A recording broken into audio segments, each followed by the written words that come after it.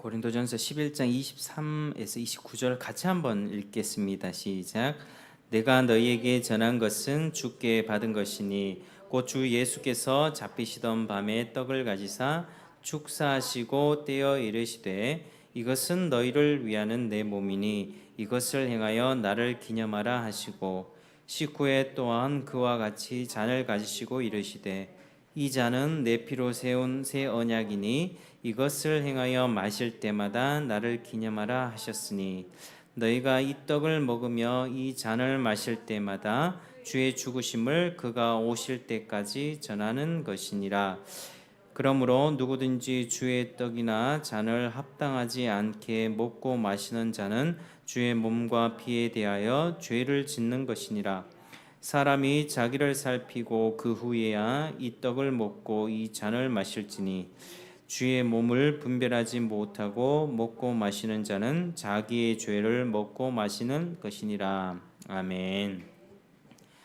네, 우리 이제 수요일에는 계속해서 참된 교회로 돌아오라라고 하는 이 책을 가지고 함께 나누고 있습니다. 교회에 있어야 할 외적인 표지가 이제 세 가지 있다고 말씀드렸는데 그 세 가지가 무엇이었죠? 말씀, 그 다음에 성례, 권징. 한번 따라 하시겠습니다. 말씀, 성례, 권징. 자, 지난번에는 특별히 이제 세례, 유아 세례를 통해서 하나님이 베푸신 언약의 풍성함을 살펴보았습니다. 하나님이 약속을 주실 때는 그 당사자 한 사람만 약속을 하는 것이 아니라 그로 인해서 태어나는 대대 후손 자손들까지 하나님의 언약으로 불러주겠다라고 하는 이 언약의 풍성함을 살펴보고 부모 중 두 사람이 한 명이라도 믿으면 그에게서 태어나는 자녀에게 2살 미만이 되면 이 유아 세례를 그렇게 베푸는 것입니다. 그래서 성경적이라고 할 수 있고 장로교는 그렇게 유아 세례를 시행합니다. 자, 오늘은 이제 성찬식, 성례가 이제 거룩한 예식인데 거기에 세례와 성찬이 포함된 거거든요. 이제 성찬식에 관해서 한번 살펴보시겠습니다. 자, 우리가 성찬식은 잘 알듯이 교회 의식 가운데 이제 떡을 나누고 또 포도주를 마시는 의식입니다. 포도주나 혹은 뭐 포도 주스나 뭐 이렇게 골라서 하는데요. 근데 왜 지킬까요? 왜? 주님의 명령이기에 지킵니다. 주님이 오늘 보니까 24절 25절에 그렇게 말하죠.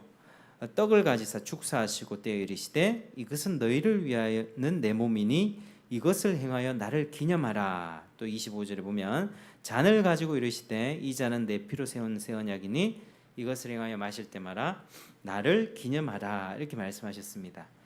자, 이렇게 주님의 명령이기에 우리가 하는 것이고요. 그러면 언제까지 해야 됩니까?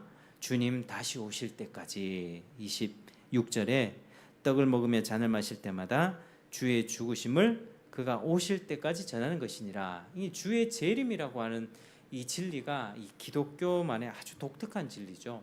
예수님이 다시 오신다는 이 진리가 있기 때문에 우리가 오늘 또 힘겨운 삶을 살면서도 잘 인내할 수가 있는 것입니다. 그래서 주님 다시 오실 때까지 이 하나님께서 세우신 교회에서는 이 성찬식을 행하면서 그리고 주님을 기념하는 것입니다. 자, 특별히 이제 성찬식은요 2가지 의미가 있는데요. 자, 하는 그 의미가 첫 번째는 한번 따라하시겠습니다. 주님과 나 사이의 생명의 관계를 말해주기 위해서. 시작. 주님과 나 사이의 생명의 관계를 말해주기 위해서입니다. 주님과 내가 생명의 관계를 맺게 됐죠.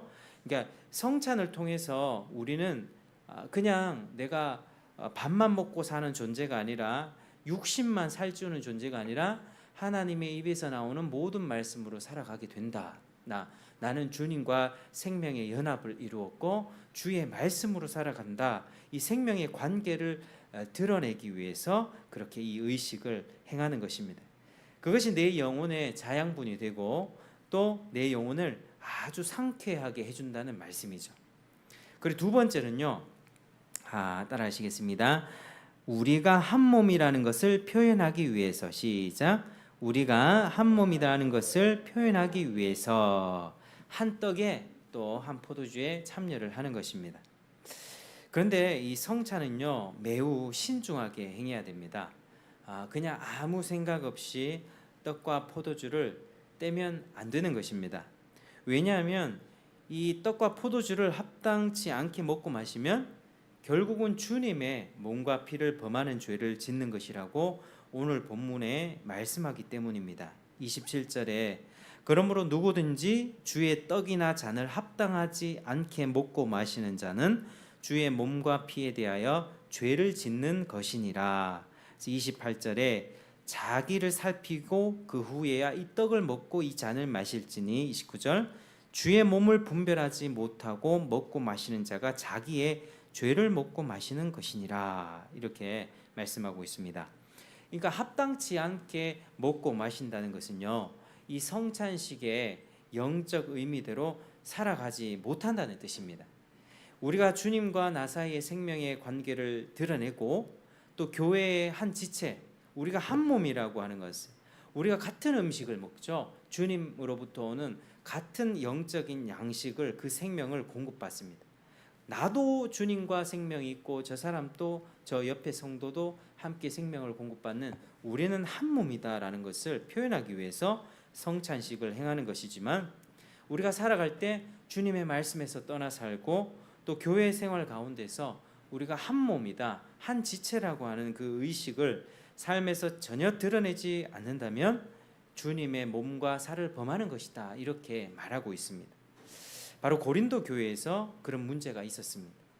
그때에는 이 성찬을 할 때 각자 자기가 먹을 것을 준비해서 오는 그런 문화가 있었는데, 특별히 이제 부자인 사람은 많은 것을 가져와서 많이 먹고 취하는 그런 일들이 있었습니다. 반면에 가난한 자들은 어땠습니까? 먹을 게 없으니까 잘 싸우지 못했으므로 먹지 못했죠. 그래서 이 바울은 고린도 교회의 이런 모습을 보면서 이 11장의 지금 맥락이 그런 것들을 이야기하고 있습니다. 이런 모습을 보면서 너희는 말이야 한 몸도 아니야 라고 이렇게 책망하고 있는 것입니다.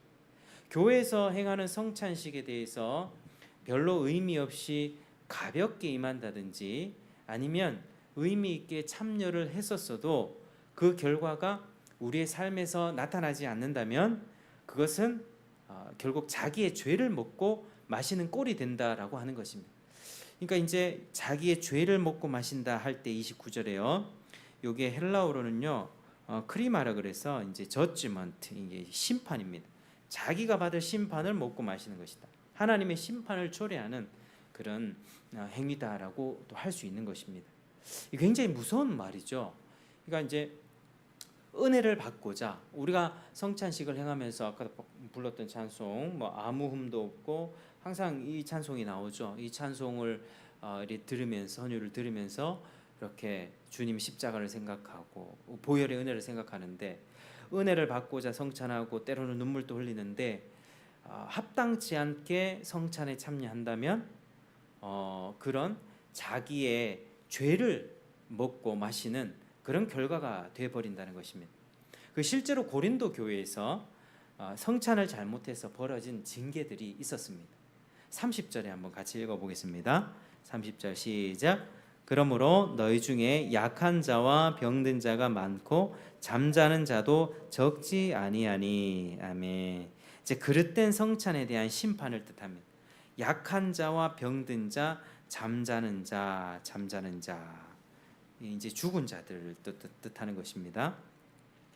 그러니까 하나님께서 거룩하게 여기는 것을 거룩하게 여기지 않는 결과 병들고 죽은 사람들이 생겨났다. 이 교회 안에서 그런 일이 일어났다는 것입니다. 하나님이 징계하셨다는 것이죠. 왜 그렇습니까? 하나님이 사랑하시기 때문에 죄를 고치시려고 이 회초리를 대신 것입니다. 그런데 이 교회 안에서 죽은 사람들까지 생겨났다는 것을 보면 꽤 심한 징계를 받았다라고 볼 수 있죠. 하나님께서 예수 그리스도를 통해서 그의 백성 된 자들에게는 이 심판이 아니라, 우리는 이미 심판이 넘어간 자들입니다. 어린 양이 보혈로 다 넘어갔습니다. 6월절 어린 양의 피로. 그래서 심판을 받지 아니하지만 징계는 받습니다. 왜냐하면 마지막 심판 때에 정죄를 받지 않게 하려는 하나님의 뜻이죠. 32절에 우리가 판단을 받는 것은 주께 징계를 받는 것이니 이는 우리로 세상과 함께 정죄함을 받지 않게 하려 하심이라. 이 끝날에요, 이 정죄를 받지 않게 하려고 우리는 지금 징계를 받는 것입니다. 그래서 지금 징계를 받고 돌이키는 자가 복된 삶을 사는 것이죠. 우리가 잘못하고 죄를 저질렀을 때 회초리로 맞고 정신 차리는 게 그게 복입니다. 그렇지 않으면 마지막 날에 예수님의 재림 때에 정죄받고 심판을 받을 수밖에 없다라고 하는 사실이죠. 그래서 우리가 하나님을 생각할 때는 늘 두 가지 성품, 하나님의 공의 그리고 하나님의 자비, 하나님의 사랑, 이 두 가지 성품이 하나님은 늘 항상 있는데요. 우리가 하나님의 백성된 자가 자꾸 죄를 지으면 하나님 너 지옥 가 이게 아니라요, 우리는 회초리를 맞고 하나님한테 벌을 받게 되는 것이죠. 그래서 오늘 성경은 그런 거룩하신 하나님 앞에서, 엄중한 하나님 앞에서 28절 자기를 살피고 그 후에야 떡 먹고 이 잔을 마시라고 그렇게 말씀하고 있습니다. 그러니까 거울로 자기를 보면서 자기 얼굴을 단장하듯이 성경의 기준에 항상 자기를 살피면서 점검하고 잘못된 행동과 생각들을 고쳐 나가는 것이죠. 그래서 이 과정에 있어서는 경건 생활이 늘 필요합니다. 우리가 아침이나 밤이나 하나님과 교제하는 시간을 따로 이렇게 30분이든 1시간이든 좀 넉넉한 시간을 떼어두고 그때는 스마트폰 영상이나 이런 것들을 좀 차단한 다음 하나님 말씀을 읽고 또 묵상하고 기도하면서 삶을 자꾸 돌이키는 거죠. 그렇게 스스로를 살피며 살아가는 사람이 성찬을 하며 또 성찬을 합당하게 그렇게 행할 수가 있는 것입니다. 그러니까 하나님의 말씀을 매일 가까이 하시길 축복합니다. 그리고 말씀 앞에서 교훈과 책망을 받고 굽은 것은 바르게 하고 또 죄는 회개해야 되는 것이죠. 말씀 앞에 자기 고집을 버려야만 합니다. 우리가 참 이 지점에서 참 잘 되지 않는데요. 이 고집과 아집과 내 굳은 생각이 있죠. 이 생각이 오라. 참 저도 저를 살펴보면 어떤 부분에 있어서는 정말 굳히지 않게 고집을 피우는 그런 부분들이 있는데, 하나님 말씀이 그러하다라고 한다면 우리는 과감하게 그걸 돌이킬 수 있는 그런 겸손한 태도를 지녀야 하게 되는 것이죠. 그게 지혜로운 인생일 것입니다. 만약에 계속 고집 피우면 또 하나님의 회초리를 맞는 것입니다. 그리고 이제 성찬의 의미는 두 번째 아까 얘기했을 때 우리는 한 몸이라는 것을 나타내는 의식이라고 했죠. 그러니까 주님과 내가 생명의 관계를 맺었다고 하는 것. 주님으로부터 살과 피를 먹으면서 나는 주님의 말씀으로 산다, 주님의 살과 피로 산다, 이걸 드러내고 한편으로는 함께 우리가 한 몸이라고 하는 것을 드러내는 의식인데, 그래서 우리는 각자 자기를 살피면서도 교회 공동체가 서로를 살펴줘야 된다라고 하는 그 의미가 있습니다. 왜냐하면 믿음이 강한 자는 연약한 자가 깨닫지 못하고 보지 못하는 것을 잘 보기 때문입니다. 스스로가 잘한다 생각해도 신앙이 좀 성숙하고 있는 지체들을 봤을 때는 또 아닌 경우가 있기 마련이죠. 그리고 믿음이 연약한 자들을 봤을 때 그 연약함과 부족함과 이 죄성을 함께 담당하면서 함께 가야 된다라고 하는 사실입니다. 로마서 15장 1, 2절에는 믿음이 강한 우리는 마땅히 믿음이 약한 자의 약점을 담당하고 자기를 기쁘게 하지 아니할 것이라 우리 각 사람이 이웃을 기쁘게 하되 선을 이루고 덕을 세우도록 할지니라. 아멘. 이렇게 말씀합니다. 지금 믿음이 강한 자들에게 먼저 바울이 이야기를 합니다. 믿음이 약한 자의 약점을 담당해라. 그리고 이제 비판하지 말고 비난하지 말라는 그런 말씀들이 계속 이어지거든요. 결국에 자기를 기쁘게 하지 아니할 것이다. 자기를 기쁘게 하지 않는 것, 그것이 선을 이루고 덕을 세우는 출발점이다라고 그렇게 말씀하고 있습니다. 그래서 우리는 이 성찬식을 통해서 이 두 가지 의미를 배우는데요. 첫 번째는 그리스도 안에서 맺어진 하나님과 나의 생명의 관계, 두 번째는 그리스도 안에서 맺어진 자들과의 한 몸인 관계. 이것 때문에 우리가 주님 오실 때까지 나도 성찬식을 하고 우리 교회 내에서 함께 이 의식을 지켜나가는 것입니다. 그리고 우리는 그 의식만 하는 것이 전부가 아니라 이 드러낸 이 의식 가운데 숨겨진 그 진리를 삶으로 살아내야 된다라고 하는 사실이죠. 예배와 말씀과 기도라고 하는 이런 은혜의 수단과 은혜의 방편들을 부지런히 사용해서 주님과의 생명을 유지하며 살아내야 하고, 교회 지체 안에 내가 믿음이 있다면 연약한 자를 돌아보고 섬길 줄 아는 한 몸이라는 것을 실제로 살아내야 된다고 하는 것이죠. 그렇게 살아가는 사람은 이제 성찬식에서 그 주님의 말씀에 합당하게 의식을 행하는 것입니다. 그래서 시편 말씀에 하나님을 가까이 하는 것이 가장 큰 복이다. 하나님을 가까이 하는 것이 내게는 가장 큰 복이다. 이 말씀을 우리가 기억하면서 매일 주님 만나기를 힘쓰시는 여러분 되길 바랍니다. 참 우리 시대의 이 경건 생활, 하나님과 교제하는 이런 시간들이 많이 없어지고 있습니다. 한 성도들의 삶에서 어떤 기도 생활도 그렇고요, 말씀 생활도, 이거 우리가 반드시 세워 나가야 되는 거예요. 우리는 이제 시간을 좀 많이 두십시오. 시간을 좀 많이 두셔가지고 하나님 앞에 좀 잠잠히 머물고, 그렇게 할 때라야만이 또 남을 보살필 수 있는 힘이 나오는 것이죠. 교회 내에서 또 연약한 자를 잘 살펴주고 기도하고 또 말로 권면하고 때로는 꾸짖기도 하면서 하나님을 사랑하는 가운데 이 교회를 세워나가야 된다라고 하는 것입니다. 자, 아까 전에 말씀드렸던 것 중에 가장 중요한 것은요, 나를 기쁘게 하지 않는 태도입니다. 근데 이기적인 태도를 버리라는 거죠. 나를 기쁘게 하지 않는 것, 진리 안에서 사랑을 행하는 것입니다. 진리 안에 있는 사랑에서 배려도 나오고요, 돌봄도 나오고, 권면이 나오고, 꾸짖음과 책망도 나오는 것입니다. 서로를 사랑하시기를 축복합니다. 이 교회 지체 간에 우리가 성향도 다르고 또 교회 일을 하다 보면 또 서로 상처가 생길 수도 있고, 참 그런 일들이 많이 있지 않습니까? 그럴 때 우리는 서로 용서하고 사랑하기를 힘써야 되고, 잘못을 했다면 죄를 정직하게 인정하고 내가 잘못했다, 용서해달라, 용서를 구해야 할 것이고, 용서를 비는 자에게는 또 그리스도의 용서를 드러내야 되는 것이죠.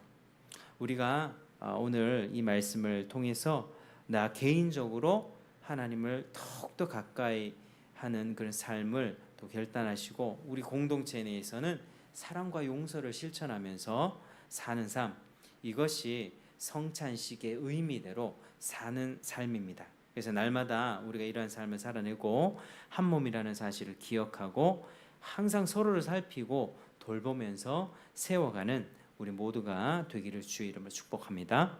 기도하겠습니다. 하나님 아버지, 참으로 감사합니다. 오늘 이렇게 성찬식의 의미를 통해서 우리가 어떤 마음을 가지고 성찬식을 해야 하는가, 또 성찬식의 의미대로 살아가는 삶이 어떤 삶인가를 우리 한번 다시 살펴보았습니다. 하나님, 교회 안에서 우리가 주님의 살을 먹고 주님의 피를 마시며 주님이 다시 오실 때까지 이 의식을 행하라고 주님이 명령하셨기에 우리가 지키고 있는데, 정말 우리 삶 가운데 주님과의 풍성한 그런 생명의 관계가 회복되길 원합니다. 더욱더 주님 앞에 머무는 시간이 많아지고 깊어지길 원합니다. 그리고 공동체 안에서 주님의 사랑을 드러내며 믿음이 연약한 자를 돌아볼 줄 알고 그들을 섬기면서 나를 기쁘게 하지 않는, 그래서 공동체를 함께 세워갈 수 있는 우리 모두가 될 수 있도록 주님 은혜를 베풀어 주시옵소서. 감사합니다. 예수님 이름으로 기도드립니다. 아멘. 우리 찬송